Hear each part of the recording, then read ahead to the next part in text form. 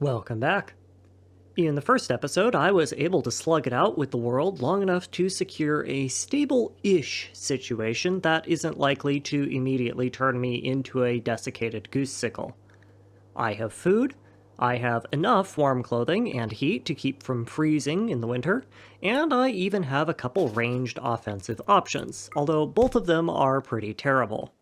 With the immediate necessities taken care of, it's time to turn my focus to the slightly longer term. There are two things that are likely to spell the end of a well-established solo run. Neither of them are the incredibly hostile monkeys, insects, or robots infesting the world. They are instead the twin threats of disease and infection. In my current state, both are basically just an instant death sentence, and I need to mitigate their risks as fast and as hard as possible. I have no medicine and no way of getting medicine, which means the only lever I have to pull right now is training Goose up to be a better doctor. Which leads me to why I'm so thrilled to have a guest. You see, the thing is, the only way of leveling medicine I have access to right now is treating injuries, and the only injuries I have to treat are ones that I make. Combine the two, and you get war crimes. Yeah, welcome to Rimworld, folks. I play this game like a psychopath, and it is not going to get better from here on out. Any raider, oh look, here's some now, that interacts with me and has the misfortune of being downed instead of immediately succumbing to their wounds, is going to be fed into what I would like to call my quack medicine program.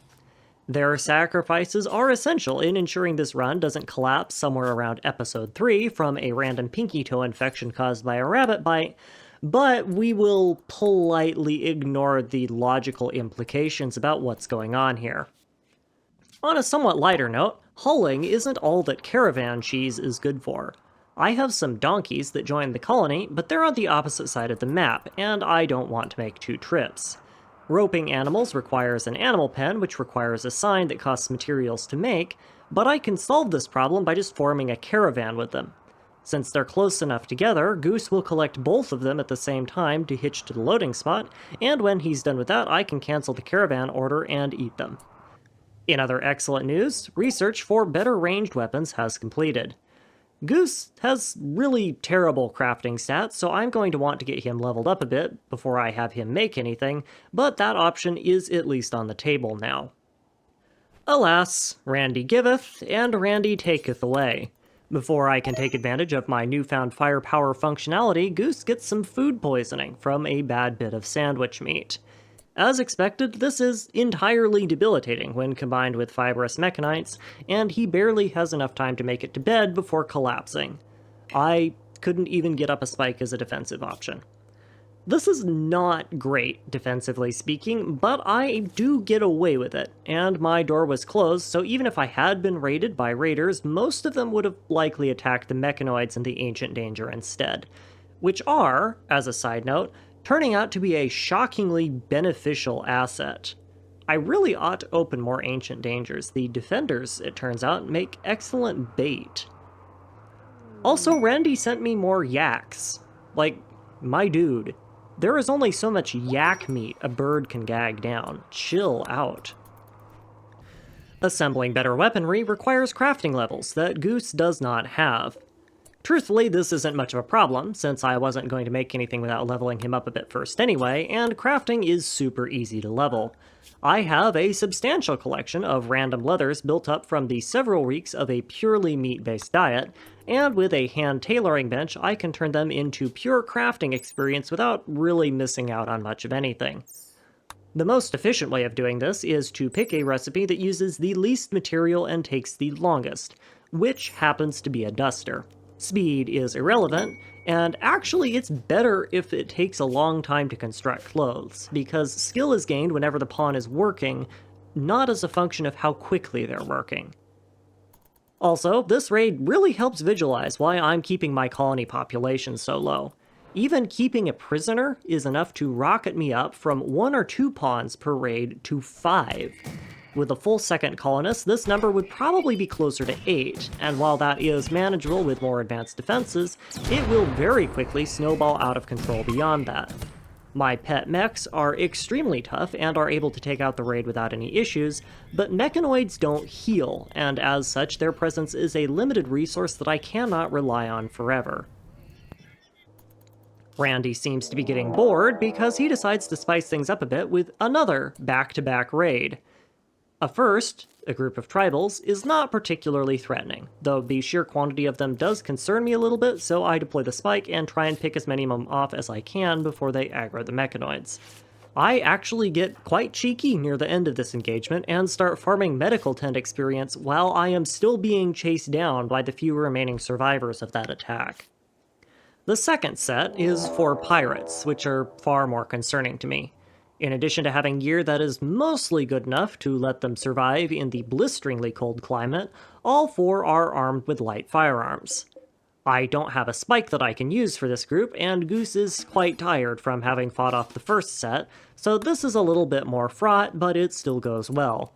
After taking a shot to the lung, Goose retaliates by dropping one of the raiders who happen to be carrying a piece of industrial tech medicine.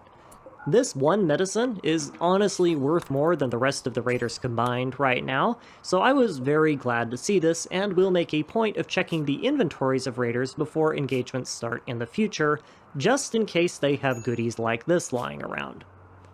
Randy also has a sense of humor, it seems, because he sends me another blackjack. This is a different pawn, but it has the same backstory and name as the blackjack that I turned into sandwich meat in the first run, which, if nothing else, proves that Goose is living in the Matrix. Not that we needed the confirmation. The next raid, I make sure to check over all of the raiders to see if they have anything I want. Other than the smoke leaf one of them was carrying, they don't have any other loot, but I do spy one with a hunting rifle that I would like to appropriate. The problem is the pawn carrying it spawned in a pod of 2, which means most likely, if I drop one, the other will run, and there is a second pod of 3 on the map as well. My strategy to this is simple, and it's close the door. When raiders arrive like this in separate pods, the number of people you have to down is a specific fraction of each individual pod, not of the entire raid. This means that whatever happens with the pod of 3 is entirely irrelevant to the pod of 2 as long as I don't have to deal with them all simultaneously.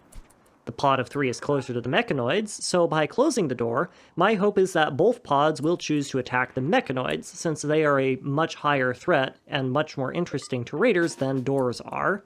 But, because it's closer, the pod of 3 will get there first and break before the pod of 2 does. At this point, with the pod of 3 broken, I can then open the door again, Goose will take a higher threat priority than the mechanoids, and the pod will move back up to engage me. This works, but in a less than ideal way. The first pod gets mechanoided as planned, but the second pod splits with a melee unit trying to light my walls on fire, which is hilariously ineffective in the snow, and the rifle woman going down to engage the mechanoids. Thinking on my feet, I have Goose pop a few holes in the melee raider, who is already seriously slowed by hypothermia, and then grab a gladius to go melee down the rifler. This works, though the fight is far closer than I expected it to be, and then I have Goose drop this gladius, pick up the newly acquired rifle, and drop the melee user. Hunting rifle get. Goose finalizes his work on turrets a few days later, and I gotta say, I'm impressed. 5 days with nothing but a bit of scrap metal, and Goose was able to figure out how to design and build fully autonomous, IFF-enabled smart weapon emplacements using nothing but scraps that he scraped out of a mountainside. Step it up, US military, you're getting outplayed by a half-starved man-eating bird. My next research project is microelectronics, not because I really think I need them yet, but because I need everything else even less. Everything else is either useless or I don't have the materials that I need to capitalize on it, and I will want microelectronics soon just to get EMPs. Since research is now less of a priority, I let Goose get caught up on all his chores, including dumping all the tainted clothing outside to decompose. That is at least one nice upside about the climate. Nothing outside lasts very long at all. After giving me weeks of good service, my prisoner's parka eventually deteriorates into nothing. Since their body by this point has the general consistency and structural integrity of mashed potatoes, they are entirely immobile, and as such there is no way to get them in another one. And this results in them freezing to death, but not before letting Goose power level medical to level 8 and social to level 5 from his repeated attempts to patch the situation over, literally and metaphorically. That's fine. There's more where that came from. My next raid has 7 pirates with some concerningly good equipment. Many of them are carrying recreational pharmaceuticals, which I want to steal just to have on hand in case of emergencies, and one of them even has a set of Molotovs, which I am very interested in having for emergency heat generation. My bolt action does wonders against them, and Goose is able to pick them apart without any serious problems, but this increasing trend of higher level, more expensive raids is worrying me. I can last a good long while by making spike traps and using my bait mechanoids, but those are both resources that I'm going to run out of eventually, and if that happens before I can start trading or mining, I'm going to need to pack my shop up and move permanently. Still, when used properly, Molotovs, Go Juice, and Wake Up can save lives, so I'm still glad to have all of them. My next raid has 4, though, so maybe I just got unlucky. Randy is doing his darndest to keep me on my toes, too. I didn't even have a day before he sent this bunch. The same strategy as before works on them, and honestly, raids are starting to become something of a solved problem. My colony heat is so low because of my solo colonist and abject poverty that none of the more threatening types of raid can occur yet, so I'm gonna start skipping over them until something more interesting happens that invites commentary. Like this. This invites commentary. Thrombos are hilariously dangerous when provoked and have a huge passive armor rating associated with them. But unlike before, when Goose was armed with an awful quality auto pistol, a bolt action is more than enough to do chip damage, which I can leverage into bleeding one of them out using the same hide-and-seek strategy as before. Thrombos are something of a portable goldmine in Iceball runs. Their horns are excellent melee weapons, and combined with some EMP grenades are one of the few decent options I have for engaging centipedes that aren't painfully expensive or dangerously unreliable. Their hides make for solid cold insulating gear and serve as decent armor in a pinch, and of course they are giant animals with lots of meat. This is very tempting, and it's tempting enough that I decide to go for it. Goose gets an excellent penetrating shot on the sneak attack, which aggroes both of them, as is typical, and we're off to the races. Even with a solid head start, dropping 2 Thrombos with nothing but a normal quality bolt rifle takes some time. Thrombos are big, so the hit chance is really high, but they're also walking flesh tanks, so even if you do score a hit, it isn't likely to do a whole lot of damage. Getting them down takes the entire day and the better part of the evening, but by the time night falls properly, I am the proud owner of 2 giant gilded meatballs. I gotta say, I tend to not use bolt rifles just because their DPS is a bit meh, but as a hunting weapon, they are really quite solid, and they have a surprisingly decent fire rate. I might have to start using them some more. My next side project is getting stoneworking going. Having stone bricks in bulk will be nice as an alternative to building materials for any number of things, and given how careful I want to be with my steel reserves, it makes sense to switch over to using stone anyway. The one downside is that building certain things out of stone takes an absolute eternity, but if there's one thing that Goose has, it's free time, so I don't expect that to be too much of an issue. My first project doesn't run into this problem, though, because I want stone bricks principally to make shelving. Rimworld has a habit of integrating community content into the base game when it suits it, and I gotta say, adding a condensed storage option goes a long way to making the game more aesthetically pleasing, especially in the late game. I can recall back to many runs in the past before this mechanic was in the base game where I just had gymnasiums worth of steel lying around because I had no more efficient storage mechanism. And in addition to presenting serious logistical problems, it also looked utterly ridiculous. Stacking junk on shelves also improves beauty slightly, which makes Goose happy, so that's nice too. In a pinch, stone can also be used to make spike traps, albeit very slowly, which is good because I'm increasingly becoming concerned by the health bars of my pet mechanoids. My next raid, like so many of the others, is an unremarkable blob of random pawns, except for one certain overachiever named Ranyo. You see, Ranyo prepared ahead and decided to bring with them 7 herbal medicine that I very much wish to appropriate for Goose. Goose is a level 8 doctor now. In Rimworld terms, that means he's starting to approach a level where he can be trusted to handle basic injuries without micromanagement, but it still probably is not enough for him to survive treatment without medicine if he gets an infection. Combine that with medicine, though, and it usually is enough to survive most illnesses and infections even when self-treating, which is at least approaching what I would consider to be the bare minimum requirements. Baiting Ranyo ends up taking a bit since I don't want to drop too many of their friends and scare them off, but Goose is eventually able to land a solid bolt-action shot to their leg, which slows them down enough that it seals the deal, and they and their cronies fall over or bail out in short order. This time, Randy doesn't even pretend that raiders are anything other than Meals on Wheels, because he walks them into the map, and immediately one of them with all the recreational pharmaceuticals has a little bit too much fun, falls over, and drops all of their goodies. I am also able to take out a second one with a couple of packaged survival meals only a couple minutes later. Nice. After crafting a excessive amount of dusters using the sandwich meat wrappers that people left lying all over his front porch, Goose hits level 8 in crafting.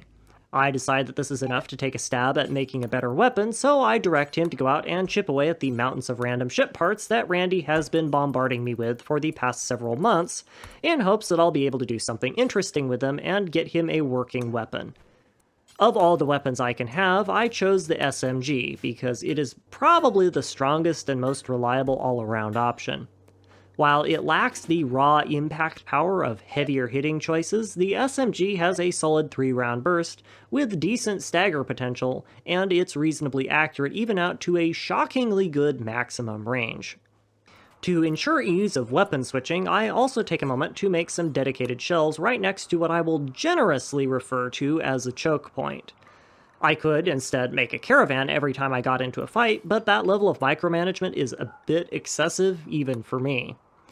Randy hears this, decides that a bit more micromanagement sounds right up his alley, and then drops a psychic dronership on my head, though, so perhaps I should keep my mouth shut.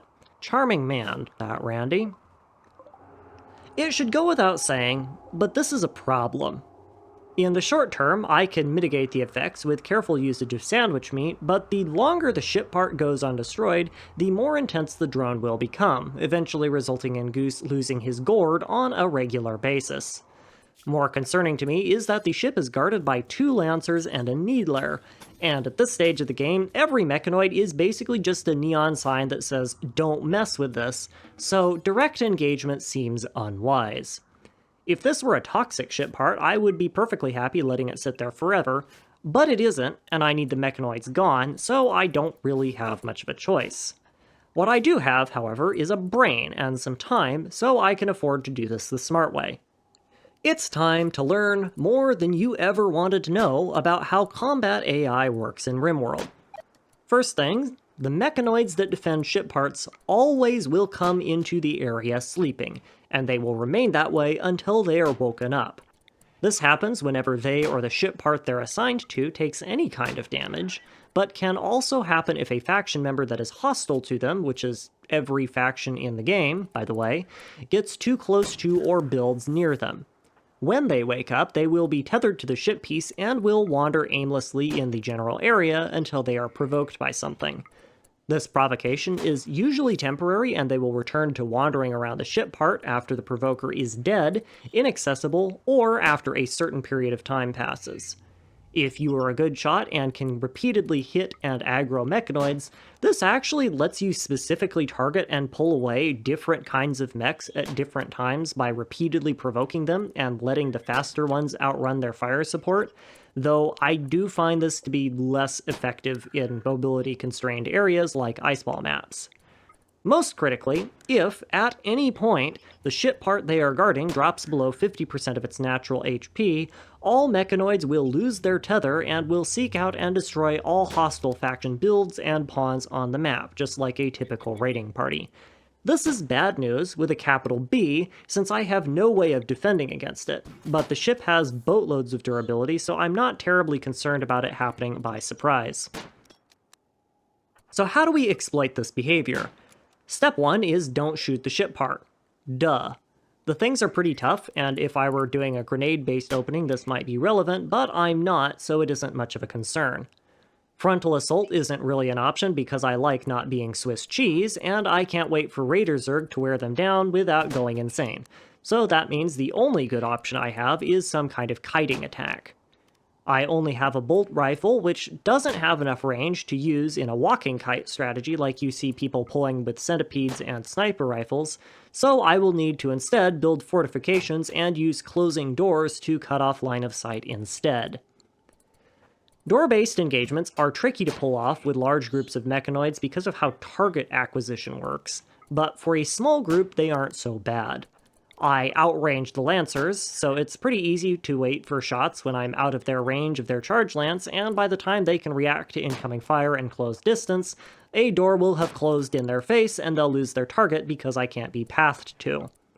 Pikemen are a bit trickier, and I end up having to exploit a second trick using their wandering animations. Hostile pawns, be they animal, humanoid, or mechanoid, will not interrupt their wandering animation to acquire targets by choice. The animation is either manually interrupted by them taking damage from, say, a bullet from our dear Goose, or they wait until they reach their destination before target acquiring. Once out of their wander animation, they will then try to return fire, but by having Goose shoot them out of a closing door, they lose line of sight and thus aggro before the warm-up period for their weapons finish. So they instead just stand there like idiots for a second and go back to wandering without shooting a thing. This strategy is great, and if done correctly, is 100% safe. The only problem is that it requires shooting at extreme ranges with a high degree of accuracy for long periods of time, which is exhausting to micromanage, wears on your pawn's mental health like nothing else, and is incredibly slow. I have had late-game ship part sieges take multiple days of full sniper teams sniping to clear them out, though this one is early enough in the game that Goose can clean house pretty quickly. More concerning to the long-term effects of my base is the fact that Randy is sending this sort of attack at all. The fact that I'm getting ship parts means that Randy has decided that I have survived long enough and am geared well enough to sustain higher risk raids, which unfortunately includes things like mechanoids, and I do not have a solution for those. As if to remind me that he's playing softball, a couple days later, Randy sends me a volunteer colonist, and immediately after that, my first mechanoid raid, as predicted. The raid consists solely of a scyther and a pikeman, but that would have been more than enough to end my run had things gone badly and I not gotten my volunteer. I'm able to fight them off by dosing up my random extra colonist with fun juice and having her act as a tank while Goose returns fire, but this was still a very close run battle. This makes the second mechanoid-based threat I've had to deal with, and is something of a wake-up call. I've been getting lazy with my research, but if I'm going to keep seeing mechanoids, I need to get EMPs unlocked sooner than later. In the meantime, I have Goose build some wiring and craft a couple of steel mini-turrets. As defensive options go, they aren't great, especially when you're trying to use them against mechanoids, and as a general rule, I avoid them early on, but I'm riding a really thin line here, and I would rather micromanage than I would risk needing them and not having them. One of the other side effects of my increased wealth is Goose is starting to get opinions about his living standards. Negative ones. Considering where he was sitting an episode and a half ago, you would think that he'd have a little bit more of a grip on things, but no, you would be wrong. I decided to solve this problem by having him carve a hole in the rock wall to the right of his sleeping area to create a, room is generous, but a space to cram his bed that he thinks is a room. Combine this with a bit of stone smoothing and some random strips of leather that he thinks is a door, and this should at least help a little bit. Randy even gets in on it and drops some more gold. Thanks, Randy. I am sure that'll be helpful. Not. As if an apology, Randy turns around and gives me a second colonist instead.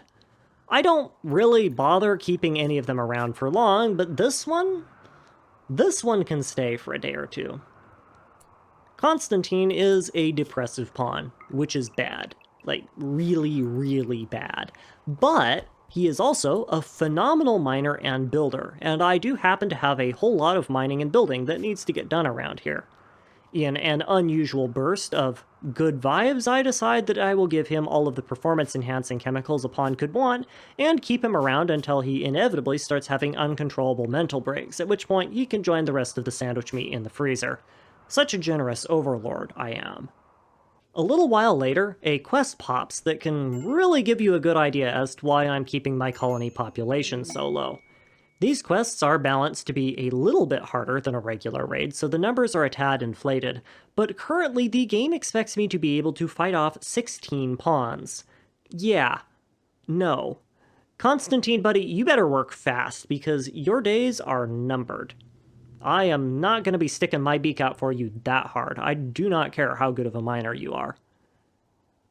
Working Constantine like a dog has the entirely expected result of making him go on a murderous rage, which, given that there's only one other pawn to murder, forces Goose to take defensive action in the form of multiple high-speed lead injections.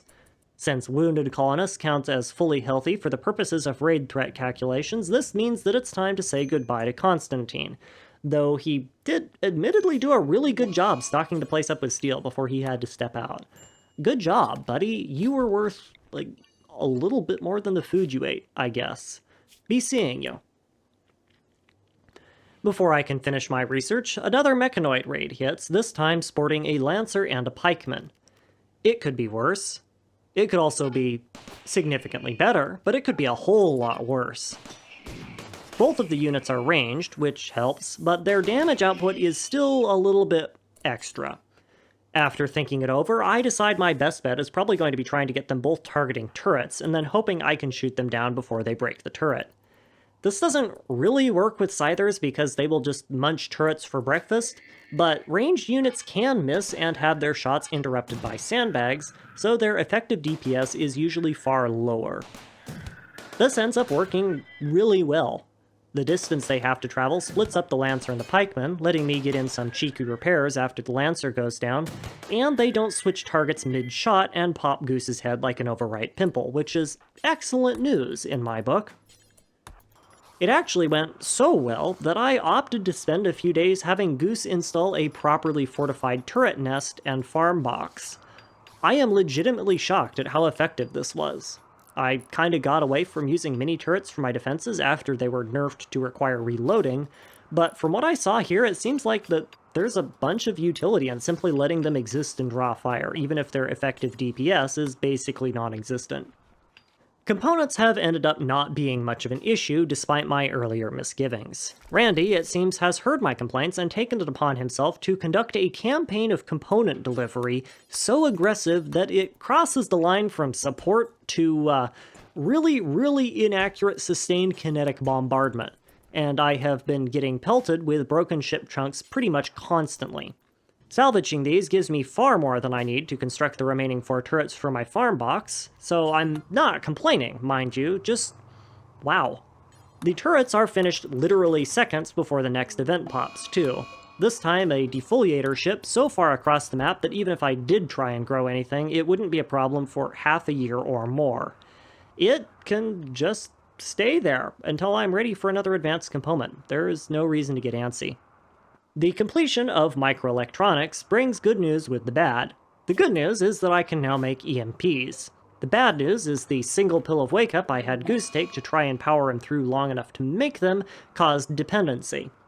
Fun. Normally, a well-managed habit will have nearly zero chance of forming dependency, but since wake-up is classified as hard, it has a small chance of causing it regardless how much you have taken beforehand, and that chance is, in this case, 2%. Randy apparently just wanted to mess with me. That said, as long as I don't feed the problem further, it should pass in about 10 days, making this a inconvenient but relatively minor issue.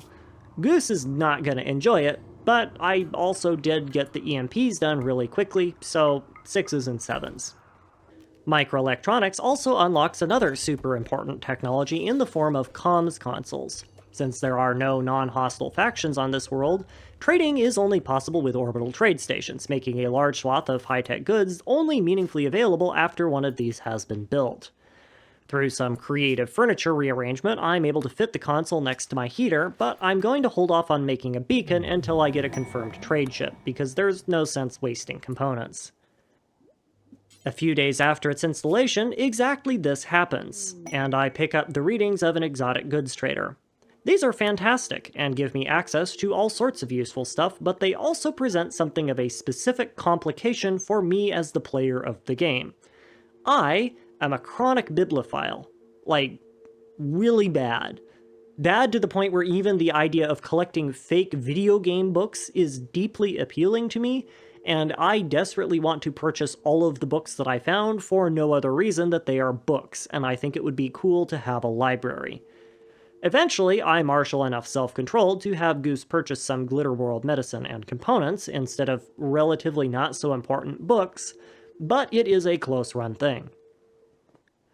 Oh boy, here we go again. A double raid from our good friends the tribal nutcases, who don't have anything better to do with their excess population than try and steal a few pieces of sandwich meat. Even with Goose lumbering around like a drunk ox while fighting off the effects of his wake-up dependency, these folks aren't really a threat, and the only super interesting thing about them is one of them is carrying a few handfuls of silver, which I make sure to divest him of. To make things interesting, Randy then immediately offers me another orbital trader, this time of the bulk goods variety. These are also fantastic, since they will buy all the useless clothing I have accumulated and give me good silver for it. Bulk goods traders, for this reason, tend to form the backbone of my playthrough trading strategies, since I generally avoid producing other higher value products for the same reason that Goose is so useless right now. Because that isn't enough, Randy then immediately throws another raid of 4 Lancers at me. Goose, by this point, is so unbelievably stricken with exhaustion and dependency symptoms that he's barely standing, and I have to force him to stand up the 6 turrets and simply pray that they're enough, because by the time he does that, I don't have enough time to route him to grab EMPs. Fortunately for me, the turrets prove more than sufficient, and I make sure they are repaired and uninstalled before letting the poor man rest, because I don't trust Randy to not pitch a 3rd raid at me. Once Goose has recovered, I immediately set him to work upgrading my defenses. This isn't anything super significant, it's just some extra specks of walling to help set up more friendly firing angles and cover some extra points. And while he's doing that, I'm gonna bid you all a good day, because I am out of time. Thank you for lending me your eyeballs, ear holes, and other relevant sensory organs. All the usual support nonsense continues to exist, which I'm sure is something that you were concerned about and are thrilled to have confirmation of. And it looks like Randy wants to have the last word, because he dropped another psychic ship on me. But I hope you enjoyed.